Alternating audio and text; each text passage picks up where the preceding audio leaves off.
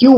کیونکہ انسان کی زندگی کا جو قوتوں کا زمانہ ہے جوانی کا دور کہلاتا ہے، اور یہ جوانی نا اسلام کے نظر میں بڑی اہمیت رکھتا ہے۔ قرآن و سنت میں آپ دیکھیں گے تو جوانی اور نوجوانوں کے حوالے سے بہت سارے آپ کو نصوص مل جائیں گے۔ کیوں؟ کیونکہ جوان قوم کا سرمایہ ہوا کرتا ہے، اور اگر کسی قوم کے بارے میں یہ معلوم کرنا ہو، یہ پتا کرنا ہو کہ اس قوم کا مستقبل کیسا ہوگا، اس قوم کا فیوچر کیسا ہوگا، وہ قوم آگے جا کر کے برباد ہو جائے گی یا ترقی کے راہ پر گامزن ہوگی، تو عقلائے کرام نے، جو عاقل لوگ ہیں، عقل مند لوگ ہیں، انہوں نے یہ بتایا ہے کہ اس کا پتہ لگانے کا طریقہ یہی بتایا ہے کہ اس قوم کے جوانوں کو دیکھا جائے۔ اگر کسی قوم کے جوان اچھے کاموں میں لگے ہوئے ہیں تو یہ سمجھ آ جائے کہ آگے چل کر یہ قوم ترقی کے راہ پر گامزن ہوگی، اور اگر کسی قوم کی جوان اپنے وقت کو ضائع کر رہے ہو، برے کاموں میں لگے ہوئے ہو،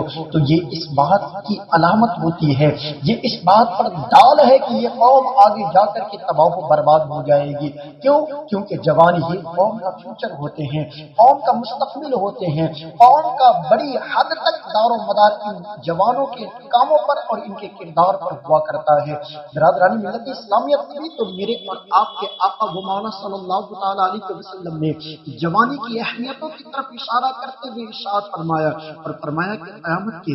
گرمی کے اندر 7 لوگوں کو سایہ نصیب ہوگا، انہی میں سے ایک بندہ وہ ہوگا جن کے بارے میں میرے اور آپ کے آقا و مولا صلی اللہ تعالی علیہ وسلم کا فرمان موجود ہے کہ وہ شباب الفشا فی عبادت اللہ، وہ نوجوان جو اللہ کی عبادتوں میں نشو و نما پائے،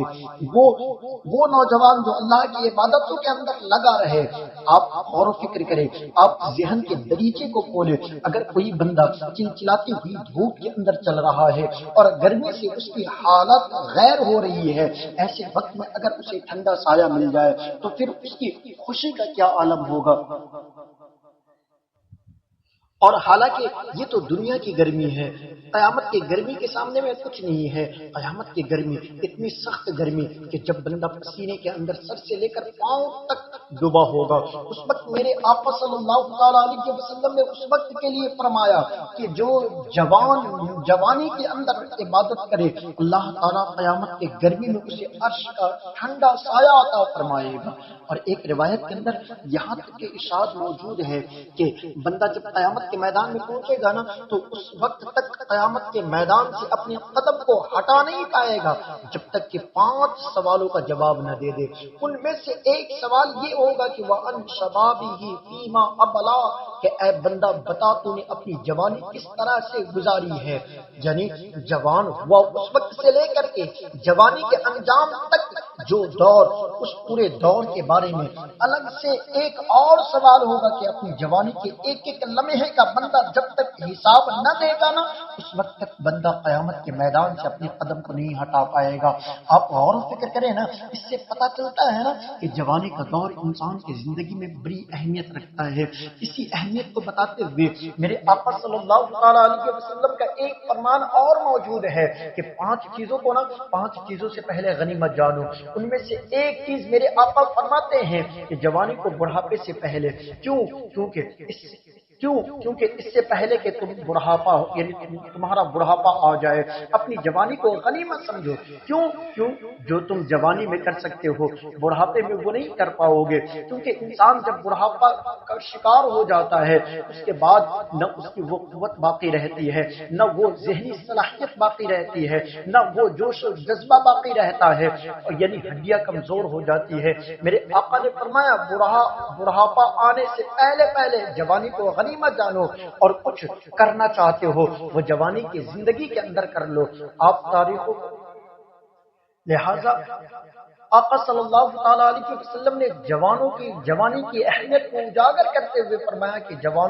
جوانی کو بڑھاپے سے پہلے غنیمت جانو۔ آپ اسی طریقے سے نا اسلامی تاریخوں کو پڑھیں، اسلام میں جوانوں نے جو کردار ادا کیا، آپ ہندوستان ہی کی تاریخ کو پڑھیں۔ ہندوستان کے اندر دیول بندرگاہ پر سب سے پہلی مرتبہ اسلامی لشکر کے ساتھ دروازے پر جنہوں نے دستک دی وہ فاتح اسلام محمد بن قاسم رضی اللہ تعالیٰ عنہ ہیں، جس وقت ہندوستان کے اندر تشریف لائے نا محمد بن قاسم رضی اللہ تعالیٰ عنہ، ہندوستان کا علاقہ جس وقت فتح کیا نا، اس وقت ان کی عمر کتنی تھی؟ جس عمر کے اندر نا آج کا نوجوان گلیوں کے اندر گولیاں کھیلتا ہے، صرف 17 سال کی عمر کے اندر نہ سندھ کو فتح کیا۔ آپ اسی طریقے سے چین کی تاریخوں کو پڑھیں، چین کی سرزمین پر اسلام کی عظمتوں کے جھنڈے گارنے والے، چین کو فتح کرنے والے اسلام یعنی جو سب سے پہلے وہ قتیبہ بن مسلم رضی اللہ تعالیٰ عنہ ہیں۔ جس وقت چین کو فتح کیا اس وقت ان کی عمر کتنی تھی معلوم ہے؟ اس وقت ان کی عمر نہ فقط 30 سال کی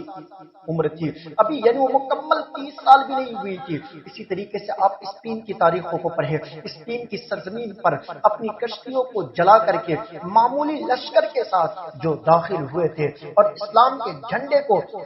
یعنی گاڑا تھا اسپین کے اندر، وہ طارق بن زیاد رضی اللہ تعالیٰ عنہ ہے۔ اس وقت ان کی عمر، جس وقت انہوں نے اسپین کو فتح کیا، مشکل سے ان کی عمر 19 سال کی تھی۔ آپ دنیا کے اندر اسلام کی تاریخوں کو پڑھ کر کے دیکھیں، اسی طریقے سے آپ سعد بن ابی وقاص رضی اللہ تعالیٰ عنہ کو دیکھیں، جب بدر کے میدان میں آپ نے کفاروں کے دانت کو کھٹے کیے تھے اس وقت آپ کے چہرے پر داڑھی کے ایک بال بھی ابھی نہیں نکلے تھے۔ آپ اسی طریقے سے معاذ اور معوذ رضی اللہ تعالیٰ عنہما کو دیکھیں، اسلام کے سب سے بڑے دشمن ابو جہل کو قتل کیا، اس وقت ان کی عمر نا فقط 14 سال کی تھی۔ برادران ملت اسلامیہ، آپ اسی طریقے سے اسلامی تاریخوں کو ٹٹولے، اسلامی تاریخوں کو پڑھے، امام بخاری کی تاریخوں کو پڑھے، امام مسلم کی تاریخوں کو پڑھے، انہوں نے اپنی جوانی کو لگا کر کے ہمیں بخاری شریف عطا کیا، ہمیں یعنی وہ مسلم شریف عطا کیا۔ یعنی ایک طرف ان کی جوانیاں اور آج ہماری جوانیاں، آج ہمارے نوجوانوں کی جوانیاں کہاں جا رہی ہے؟ آپ غور کریں، ہماری جوانیاں نا کس چیز میں خرچ ہو رہی ہے؟ آپ اس پر توجہ دیں کہ بچہ جب بالغ ہوتا ہے نا، بلوغت کی منزل پر قدم رکھتا ہے نا، اس وقت خیالات میں تبدیلیاں آتی ہے، اس کے جذبات میں تبدیلیاں آتی ہے۔ عام پانی بھی اسے مہک کا نشہ دیتا ہے، اسے ایک عجیب لطف ملتا ہے، نئی امنگیں، نئے ولولے اور جوش اس کے اندر پیدا ہوتا ہے۔ یہ زندگی کا وہ دور ہوتا ہے کہ اس وقت نفس اور شیطان دونوں پوری قوت کے ساتھ اس بالغ ہونے والے بچے پر حملہ آور ہوتے ہیں۔ اگر بچہ اس وقت سنبھل گیا، جب بلوغت کے پہلی سیڑھی پر، پہلی منزل پر اس نے قدم رکھا اور اگر وہ سنبھل گیا تو سمجھو یہ اس بات کی علامت ہے کہ آنے والے وقتوں میں، آنے والے دور میں وہ قوم کے آنکھوں کا تارا بنے گا۔ لیکن اگر وہ اپنے امنگوں میں بہہ گیا، خواہشات اس پر غالب آ گئی، تو سمجھو یہ اس بات کی علامت ہے کہ وہ خود بھی تاریخ ہو گیا اور اس کے ذریعے سے جو قوم کی ترقی ہونی تھی وہ بھی تاریخ ہو